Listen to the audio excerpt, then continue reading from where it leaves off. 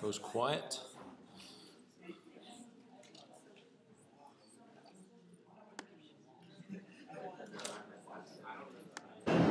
Kiss 3, baby. Kiss 3. Get up. Get up.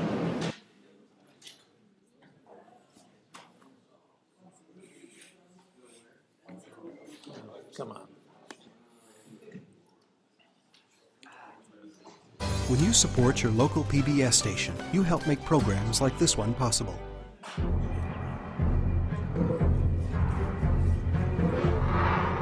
One day, long ago, life in a forest came to a sudden halt. Snuffed out and buried by volcanic ash. 130 million years later, are all that remain. And some are like nothing ever seen before. Strangest of all is a creature called There you go. Snuffed out and buried by volcanic ash. 130 million years later, fossils are all that remain. Okay, maybe get going. Last time we finished talking about energy balance, if you like. True to its name, it included things like figuring out how turbines work, where there's a change of enthalpy in the system. But the more enduring output, I think, from what we talked about last time, was the fact that we were able to deal with flows which were not just inviscid, where there was no viscosity, where there was no friction in there, where there was no losses, but we're actually able to apply it to flows where there are losses. And those losses in open flows, when you see water churning around a low-head dam or under a sluice, those losses are due to changes in momentum, but also frictional losses due to the viscosity. And also, if you look at porous media flows, when you try and suck fluids out of the ground, be it water or gas or oil, the friction between the fluid dragging against the pore walls that it goes through or the fracture walls it goes through is a loss. And we can use concepts of Darcy's law to be able to do that. But the basic issue is that now we're dealing with fluids in which viscosity is an issue, and we can accommodate that in some way through a concept of a head loss. So we finished with that now, but a very powerful method in fluid mechanics, which you'll be happy to hear instead of more analysis, is experimentation. And so the obvious view of experimentation is the one that I'm sure you know of. You want to find out how an airplane is going to fly. You put a model of it in a wind tunnel, you flow air past it, or water past it for that matter, and you measure some forces on it, and you use those forces to figure out what the lift would be, what the drag would be. You know what the weight is, and therefore you can figure out exactly whether it will fly or not. That's the way it's done, used to be done. Certainly some of that's done digitally now. We looked at complex numerical models which take advantage of the other things that we talked about last time in terms of these complicated system equations called the Navier-Stokes equations. That's certainly de rigueur these days, but modeling is still an intrinsic part of fluid mechanics, primarily because the behavior is so complex. So you get turbulence, eddies, and vortices shedding off structures, and to be able to accommodate that, it's actually easier to do it sometimes with scale models. And so the question comes, how do you scale those models so that you can take the force which is applied on this plane in a wind tunnel, which might be a 12th scale, a 100th scale, and be able to figure out exactly what the forces are on the full-size prototype. And so do you multiply by 100 if it's a 100 scale, or do you multiply by 100 squared? How does it scale with the velocity? If you're using water as the fluid for some reason, can you do it to figure out what the lift would be if it was flowing in air? And so that's the opportunity that we have today. So I thought I'd just show this because this begins talking a little bit like this, and we need a bit of light relief. In terms of your test, I guess I don't want to talk about such nasty things, but it's coming up on Tuesday. I did post a packet of material like we did last night. And I was thinking about having a review session, probably in class. And so the question is, Friday or Monday? Friday? Sure. I figured it might be. This gives you more time. Gives you time to do stuff on the weekend. So the test written, it is on those 3 areas we talked about. Bernoulli's equation. There's a Bernoulli question.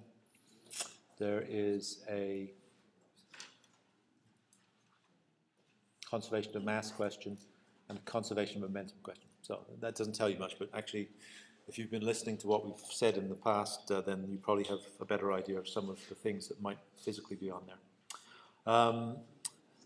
Lucy's seen the exam. She says it's more straightforward than last time. Lucy's gone through it as a non-native English speaker to make the English more simple for some of you who might be in the same position. So that's the deal this time. So we're hoping for a good outcome, but work hard for it, and we'll talk about it on Friday. Okay? So Friday we'll do that.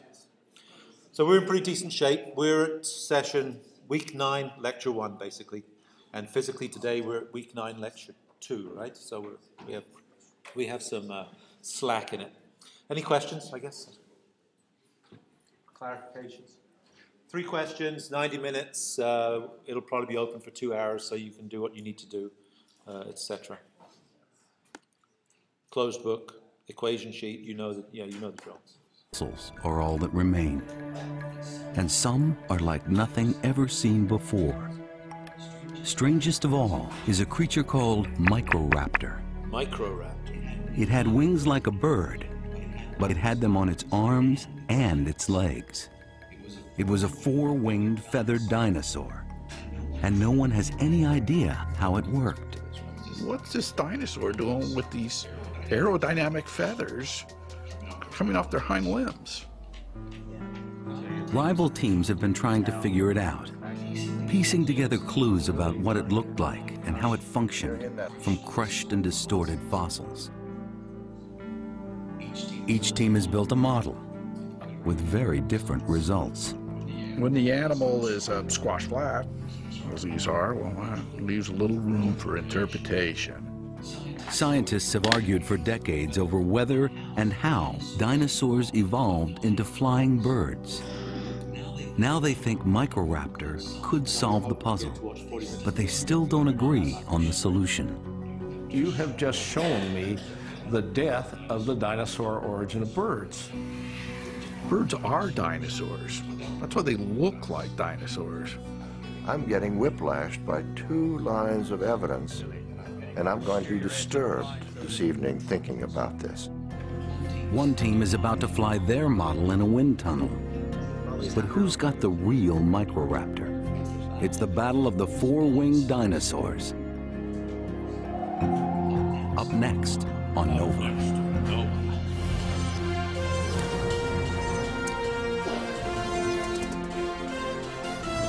Very inspiring. I think so. Let's zoom forward. I think to 40 minutes is what I wanted to do.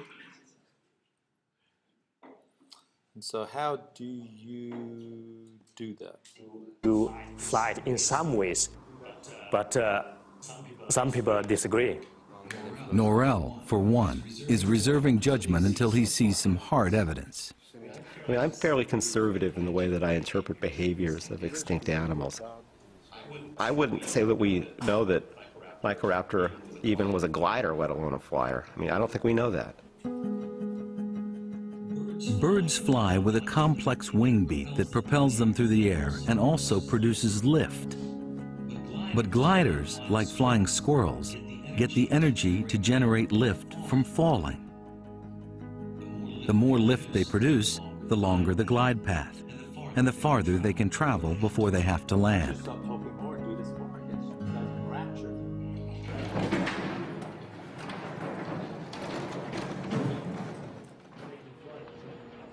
Assuming that Microraptor was a glider, they'll test the hind limbs in different postures to see what, if anything, works best.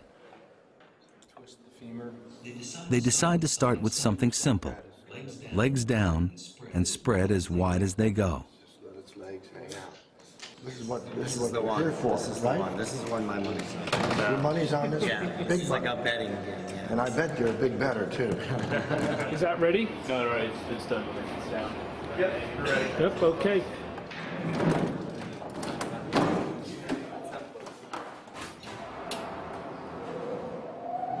If this was 1 kilogram, so the lifting force is about 10 newtons, right? Blades are really stable. Yeah, they're very stable. It's 10 meters a second. That looks good. That looks like a natural glider. In the wind tunnel, the model is mounted on a sensor that measures the forces produced by air flowing over the wings, including the lift that keeps the flyer aloft and the drag that slows it down. During each test, they'll gradually raise the angle of the wing into the airflow, which produces more lift, but also more drag. It's still going. It's still going up. So the blue dots on the left curve is the lift to the side. The data shows up in the control room on a graphic display. The blue dots indicate the amount of lift being generated, and the red triangles are the drag. The higher the lift climbs relative to drag, the farther Microraptor could glide in that position. I like the way these data come in. They're fun. It's kind So you get the picture. So they have this bird in there. They change the angle. You see it's anchored on a pedestal. So you saw two screens there. One was measuring the force on that pedestal pulling up, and I think the other one was measuring the moment. And so that's how you get the forces that are applied at different velocities. And so you can use that to make some interpretations about whether, if you know the weight of what that bird would be, whether it would be able to fly under those conditions. So that's basically what they're attempting to do. So that's nothing different from what you're attempting to do with a plane, if you put a plane in a wind tunnel, or if you put a cyclist in a wind tunnel to look at the drag on a cyclist, or if you put a car in a wind tunnel to look at the drag with relation to fuel efficiency. So the question we have is how we do that in some systematic way. You have a scale model. You want to be able to figure out exactly how the forces that you measure on that scale model translate onto a larger system. And is there a formal way of being able to do that?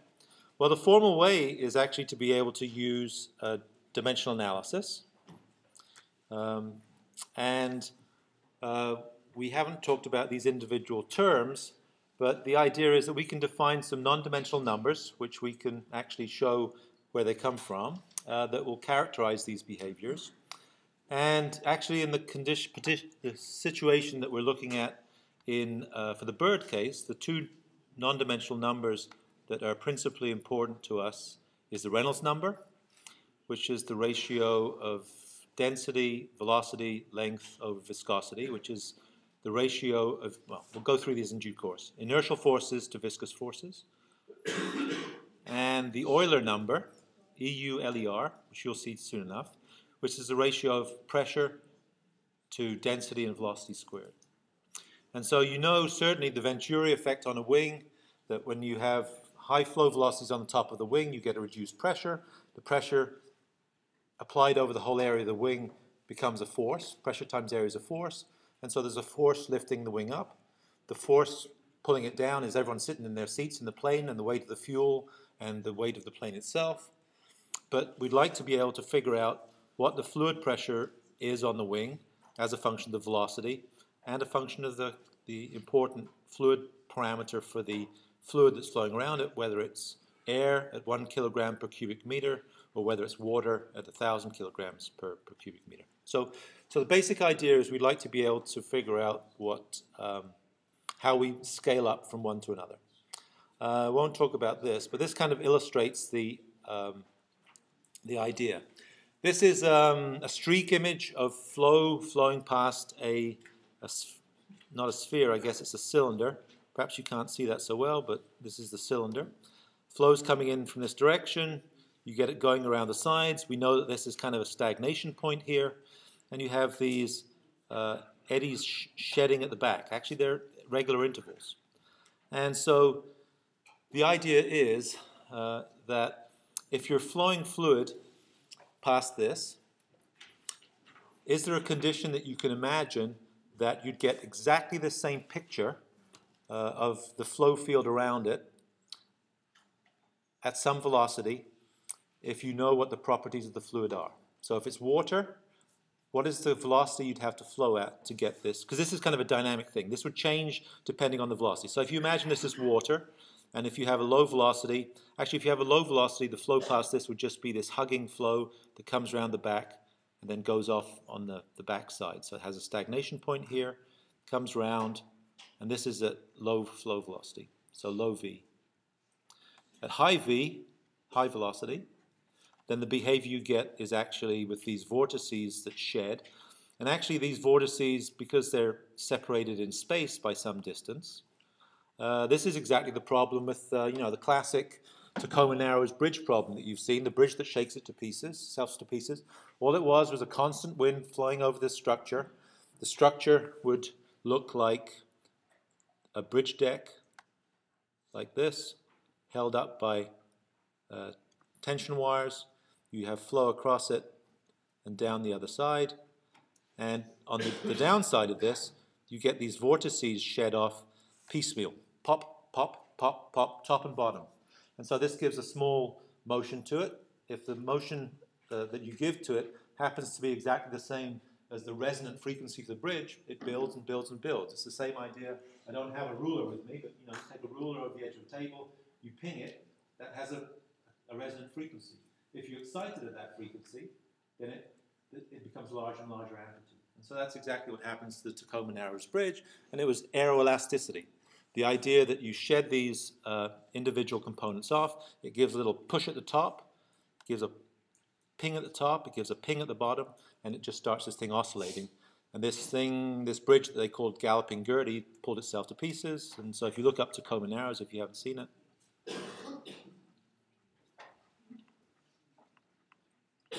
Narrows Bridge. Yeah. So you can see that on YouTube. We won't do it here.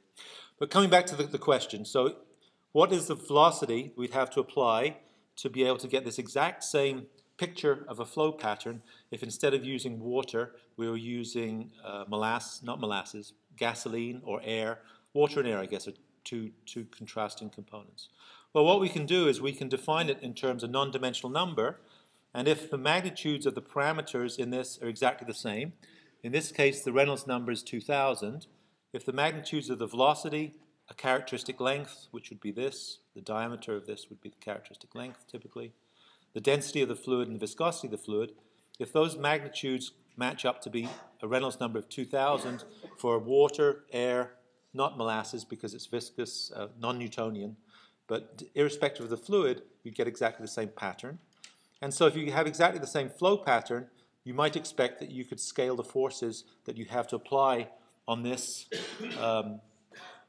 cylinder to keep it in place, right? You'd have to apply a force to keep it in place. You can imagine that the forces that you'd have to apply to that might scale in some magnitude as well. So that's the basic problem we have. Of course, if you're talking about a wing, then you're not interested only in the forces that you have to apply to push it through here to overcome drag, but you're also interested in the force that's due to lift. Wrong way around, right? Drag versus lift. When you have a flow past here. So that's basically the problem. We want to know how to scale it. And so there are a variety of ways to do that. We can do it the easy way by just guessing. We can use the Navier-Stokes equations which we have, which are helpful to us in broad use. And we can also use a formal way of doing it to use what's called Buckingham PI Theorem. P as in the symbol pi, if you like.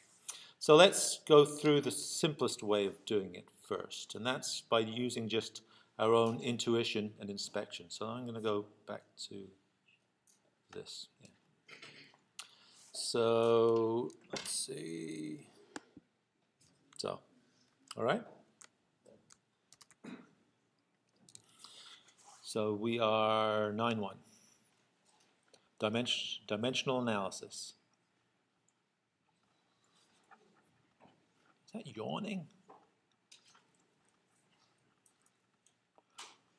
And so that's the basic task we have for ourselves. So how to define some numbers that control, some mixtures of parameters that control behavior. And so let's go back to Bernoulli. If you look at Bernoulli, we have a number of terms. You know them well, right?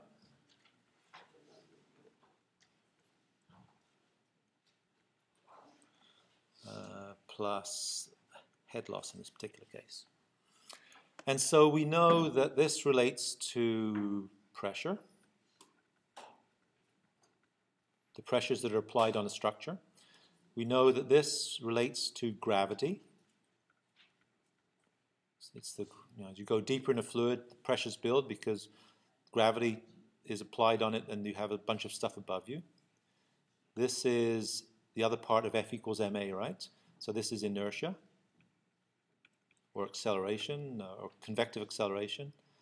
And this is viscous loss. So those are the individual components that we have to deal with that might actually act within a material. So these are all in units of length, as we know. And so we said that we want to calculate the drag force and the lift force. And so how might we be able to deal with these in a rational way, where we look at maybe ratios of forces that contribute to these non-dimensional parameters that we talked about. We said the Reynolds number, I alluded to the fact that the Reynolds number is a ratio of inertial force to a viscous force that's applied to a structure. And so we might like to write these in terms of forces. And to do that, for instance, we could try multiplying by a unit weight of fluid and some length scale, which we don't know. It might be the diameter of the cylinder, it might be the thickness of the wing, the length of the wing, it doesn't really matter. And if we multiply this by these parameters, each of these is a length, so we multiply a length, so in other words, we multiply this by unit weight of fluid divided by the length. So we multiply by length. What's the units of unit weight? It's kilonewtons per meters cubed, so it's a force per length cubed. And it's multiplied by some length on the bottom. And so this is just a force per unit volume of the fluid. So we've normalized it in some way. So what we can do is if we multiply this Bernoulli expression just by this term, all of a sudden each of these terms would be in terms of a force per unit volume, and we'd have it. The only problem is that we don't physically know how to get this value of the head loss, which is going to be important in what we do. And so you could multiply all these terms by that, and that's really what we're trying to do, but the problem child for us is that we don't know what the units quite are of this particular parameter. So let's go back to our Navier-Stokes equations. I'll just write out one of them kind of in microcosm. Remember we talked about the Navier-Stokes equation. There's a continuity of flow equation and 3 continuity of conservation of momentum equations. We'll only worry about the conservation of momentum equation right now.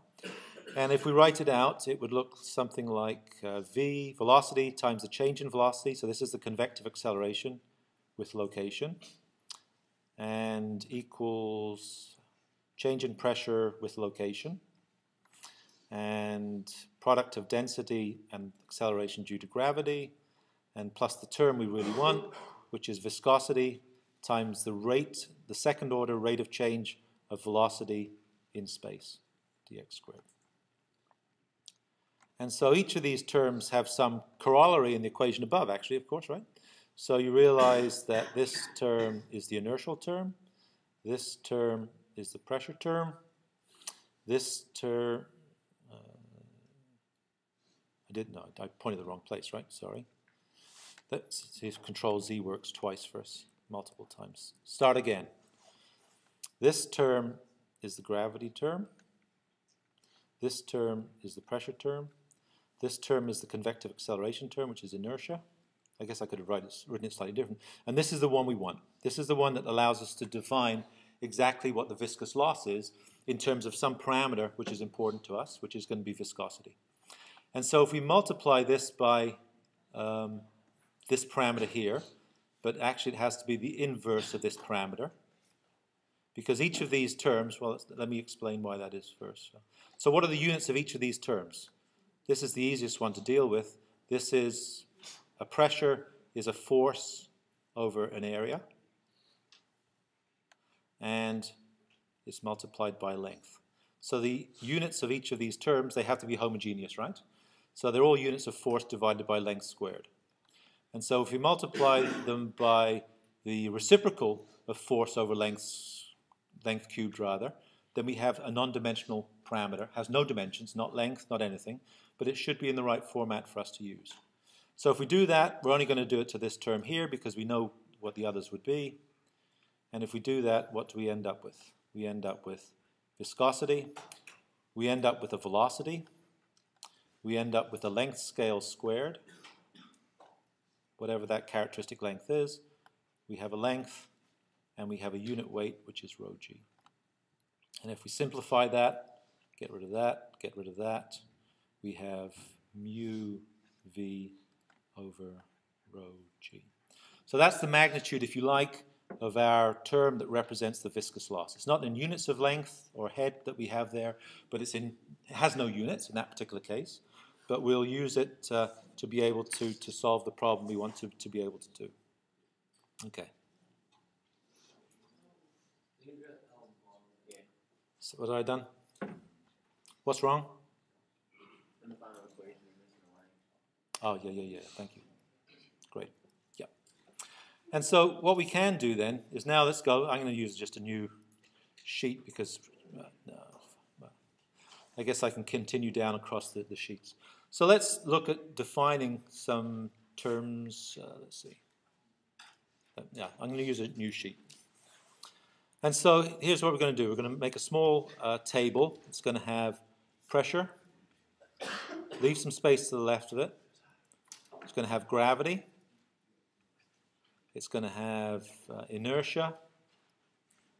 Leave space on both sides. And viscosity. And we're going to write the Bernoulli terms in here. This is elevation. This was inertia, is v squared over 2g. And we're going to write the last term which we had, which is, I used x, but used length, I guess, times rho g. So these are the terms that we have. They have no the units. Actually, the units are correct in this particular case. And what we want to do is now be able to figure out which one of these are important. So we talked about a problem with a submarine. So this is the submarine. The idea that submarine going through the water, you can't have the submarine moving in a static reference frame where it moves and use Bernoulli at the same time. You take the submarine as static, you have the water flowing past it. The velocity gets killed at the nose of the submarine. There's an example in the book about a loon diving in the water. And we want to calculate what the pressure is by killing that velocity. And so in that particular case, we were killing inertia, and we were calculating the velocity that would result as a part of that. And so what we could do is we could write the ratio of those two terms, and it's called the Euler number. I should have left more space to the right, which is the ratio of the pressure force to inertia. And if we do that, what do we end up with? We end up with pressure divided by unit weight. Let's write it out as rho g, divided by v squared over 2 times gravity. Don't care about the 2 because it's just a dimensionless number that we can define. The gravity terms both cross out, and we end up with pressure divided by density times velocity squared. And so, I don't know if I can flip to it easily. If you remember where we started this today, the Euler number is exactly that. So it just comes from 2 of the terms within the Bernoulli equation. It represents the ratios of forces applied on the structure relative to the velocities which are modified in flowing around that structure. And so you can imagine that if we knew what the Euler number was, and you run an experiment to be able to calculate what the if you knew what the velocity flowing past it was, you could calculate the pressure on it, and therefore you could calculate the lift. So that's the whole idea of this analysis. Okay. So we're going to do that for the other combinations that we can possibly have, and we'll get these. We'll get these other numbers out of it. And so we also talked about a free jet. So the submarine, you'll remember, was this idea here. Stuff flowing past here. What is the pressure that's applied here? Free jet was our example where we had something coming out of the side of one of these. Might want to look at that for Tuesday, by the way. Oh, didn't mean to put it on here. And you have a velocity coming out of here as a function of just the height of this fluid in here. And so certainly for the free jet, this was gravity, was a big part of this, and it was accelerating a fluid. And so if we take the ratios of gravity and the inertial forces, we'll call this Fr equals the ratio of gravity, to inertia. And so what are those? It's going to be Z over V squared 2G. And so this is divided. And so that's what the number would be. We don't care about the 2, but that's usually written as G times a length scale over V, where this is square rooted. So that's the same equation, right? It's just the ratios of those two terms. We can square it, cube it, multiply it by 100, both sides, up, top and bottom. And actually, I guess that is the ratio of gravity to inertia, but that is actually 1 over the Froude number, I guess I realized. So the Froude number is equal to velocity divided by square root 2G.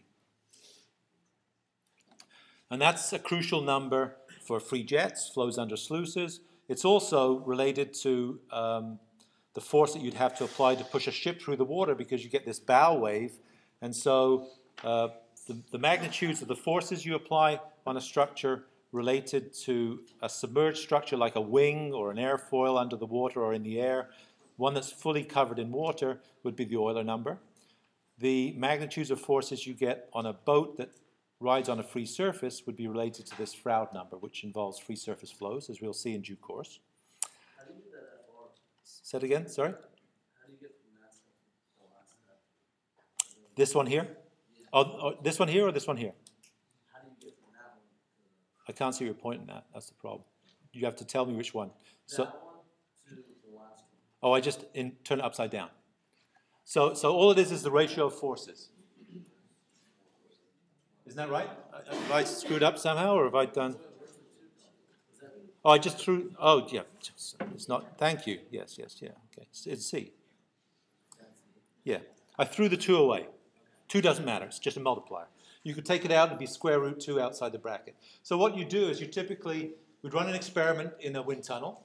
You'd measure the forces on it, and you'd figure out what the magnitudes of these dimensional variables are, as we'll see later, to be able to, from the measurements we have, be able to figure out exactly how the forces scale with the size of it. So we'll do that and hang with us for one. Yeah, that was all that was wrong with that.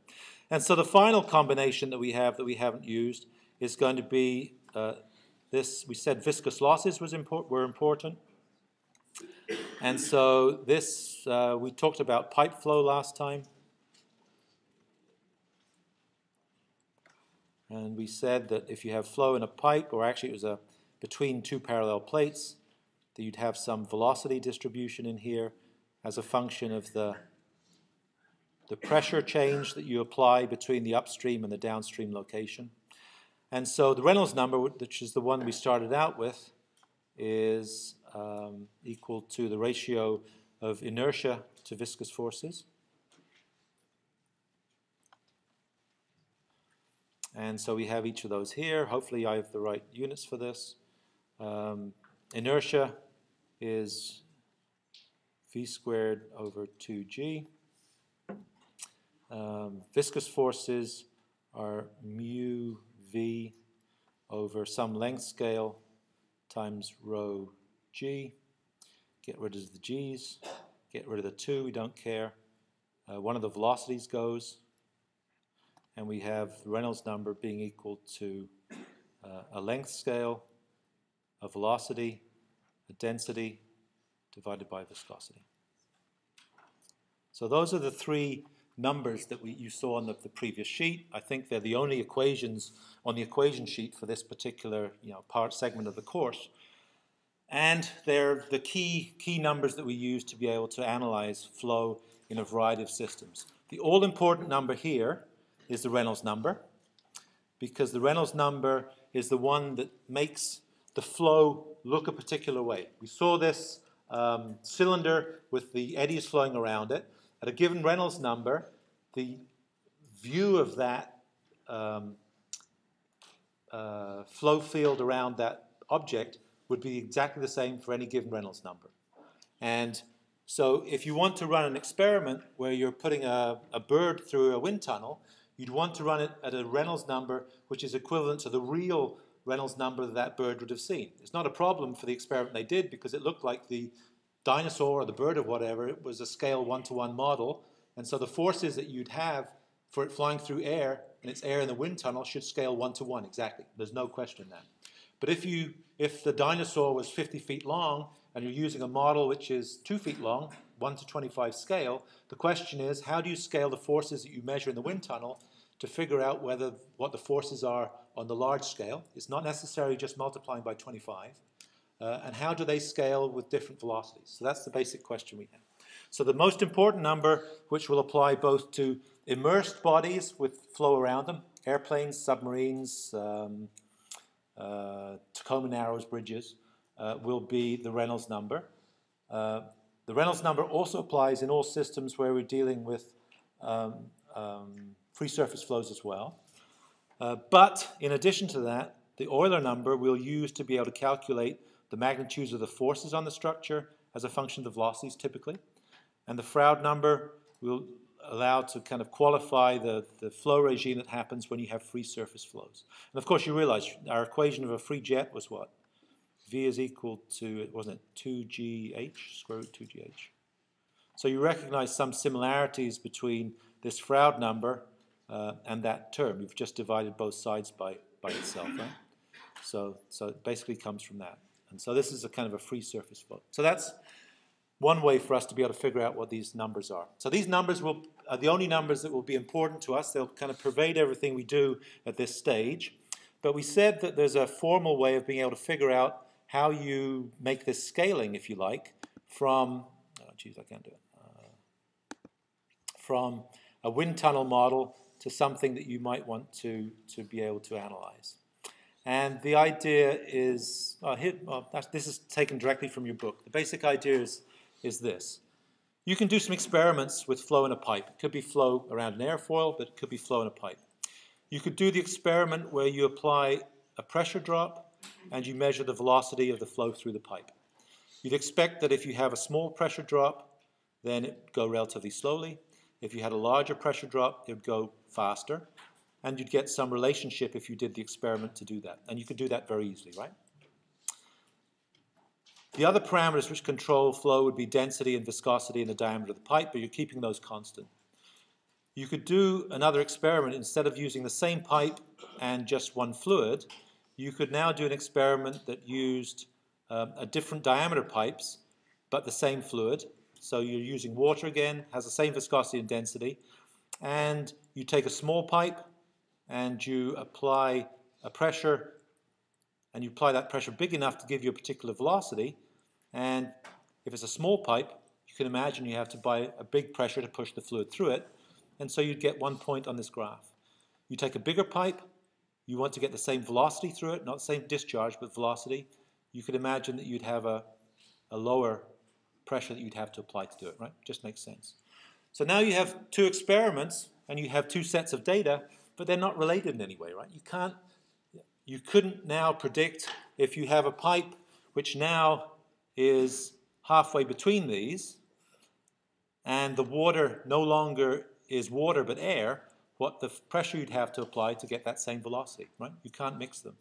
And likewise, you can do other experiments. You could imagine keeping the diameter of the pipe the same and using water which magically is not very dense, in which case to move that water which isn't very dense through a given pipe, you wouldn't have to apply much pressure. If the water was suddenly mercury but has the same viscosity as water, then you could imagine you'd have to apply more pressure to be able to get it through the same size pipe, right? And you'd have another set of results. But again, you can't necessarily link these together to be able to make a coherent plan of exactly what the velocity would be through the... What you'd like to know is, what is the velocity through that pipe if I apply a given fluid pressure, if the fluid is anything I want, has a density I know, has a viscosity I know, and that's it. Right? That's basically the question. And if you look at these individual experiments that you have, you can't yet tell that. There's no way to combine these together to be able to do that.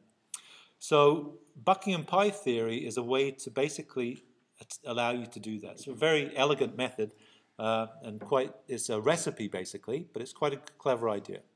It's named after Mr. Buckingham, who's a British fluid mechanist. And the basic idea is that you name all the variables that control the behavior of your system. So if you're looking at flow through a pipe, what are the variables? Well, you'll elicit a velocity through the system, an average velocity, as a function of applying a pressure drop between the upstream and downstream. The fluid will have density, it will have viscosity, and the pipe will have some diameter. And so we've basically defined our system as a function of those parameters. So we have diameter, density, viscosity, fluid pressure, and a resulting velocity that will happen. So the parameters that describe our system are the velocity that happens as we take a given pipe, we apply a fluid pressure gradient along a given length, and actually so this is a pressure drop along a given length, so it's dP over dL that actually causes the flow. And the fluid has certain parameters. Gravity might be important.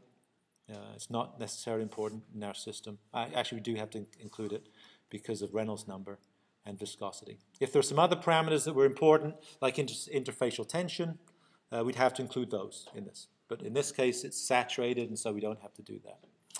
And so the idea is to, well, we won't do that, we won't do that, we won't do that, we won't do that, is to use this idea of Buckingham PI Theorem. And the basic idea is that if you can define the variables which control your system, you can place those variables into dimensionless groups.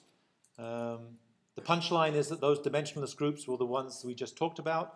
They're Euler number, Froude number, and the Reynolds number. And without doing any derivations, you can get those dimensionless variables so that when you do your experiments, you can do the minimum number of experiments to be able to understand exactly what the behavior is. And you can make you can make a graph that will tell you exactly what the pressure you have to apply to put fluid through a pipe of a given diameter of a given fluid just by doing experiments. No analysis required. And so that's the power of this. So I'm not sure how far, we'll probably just introduce this and do this next time, I guess on Monday. So Buckingham PI Theorem says, if an equation involving k variables is dimensionally homogeneous, it can be reduced to a relationship among k minus r dimensionless products, where r is the minimum number of reference dimensions used to describe it. Yeah, kind of a bit complex. Basic idea is this. For our pipe, we defined the behavior. We get a velocity by applying a pressure drop. This is dPdL. In a pipe of diameter, this is parallel plate, or some characteristic dimension, diameter b, and the fluid has a viscosity mu and a density rho. So we have here 1, 2, 3, 4, 5 variables. So we have 5 variables that absolutely, completely define our problem, we think. In those variables, what are the system parameters that are represented in terms of mass, length, time? I suppose temperature would be one as well, but we're not dealing with temperature. Uppercase T is time. So certainly velocity is length over time, so we definitely have length and time represented. This density is mass per unit volume, so we have mass also represented. So we have three dimensions, if you like, represented. So this k minus r means that if you take 3 away from 5, you end up with 2, not surprisingly. And this is the number of dimensionless groups that will define our problem. And so instead of having 5 parameters that we have to do experiments changing each of those parameters individually, we now really only have 2 groups of those parameters. And if we change the groups of those parameters, we can actually scan the whole parameter space very easily with doing a minimum of experiments. So that's the basic idea. And I think it flashes back to this. I didn't want this. So here's the basic idea. This is kind of the punch line. And so in other words, you could do some experiments now which instead of changing the pressure individually and keeping all other parameters constant, you could change the parameters of a grouping of parameters. And the grouping of parameters might be the diameter of the pipe, the velocity that you get out of the pipe, which you can measure, the density of the fluid that you run, and the viscosity of the fluid that you run. So you choose a fluid to get a number. And you also control the magnitude of the fluid pressure drop across the system. Pressure drop with length was one of our parameters. The diameter of the pipe, the density of the fluid, and the velocity squared. This term here, if you manipulate it, is what we'd refer to as the Euler number. And this term here, if you manipulate it, this term is directly, right? A length, velocity, density over viscosity is the Reynolds number. And this perhaps looks a little stranger, but what is this? This is velocity squared, density, pressure divided by length. So this is length divided by pressure and divided by length on the bottom. So just get rid of those. And so this is equal to velocity squared, density, not pressure, divided by pressure. And we said before, I guess let me change that the Euler number was what? Equal to what? Pressure divided by rho v squared. Right, so it's just the reciprocal of that. And so the idea is you still go ahead and do the same test. So you take a diameter tube and you use water and you run it at 5 MPa pressure drop, 10 MPa pressure drop, 20 MPa pressure drop, 30 MPa pressure drop. You take a different diameter tube, you do the same things, and as a result of that, you get the magnitudes not of the velocity, but you take the velocity and you embed it in these parameters and you plot these parameters. And so you end up getting a relationship that hopefully, in some cases, every experiment that you do will end up on a single line.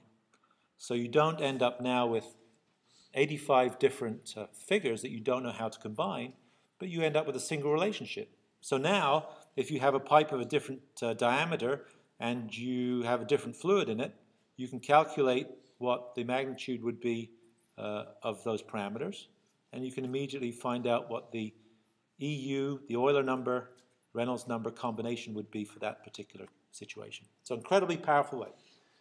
We've derived no equations. We've done no integration or differentiation. We've only used experiments to be able to do it.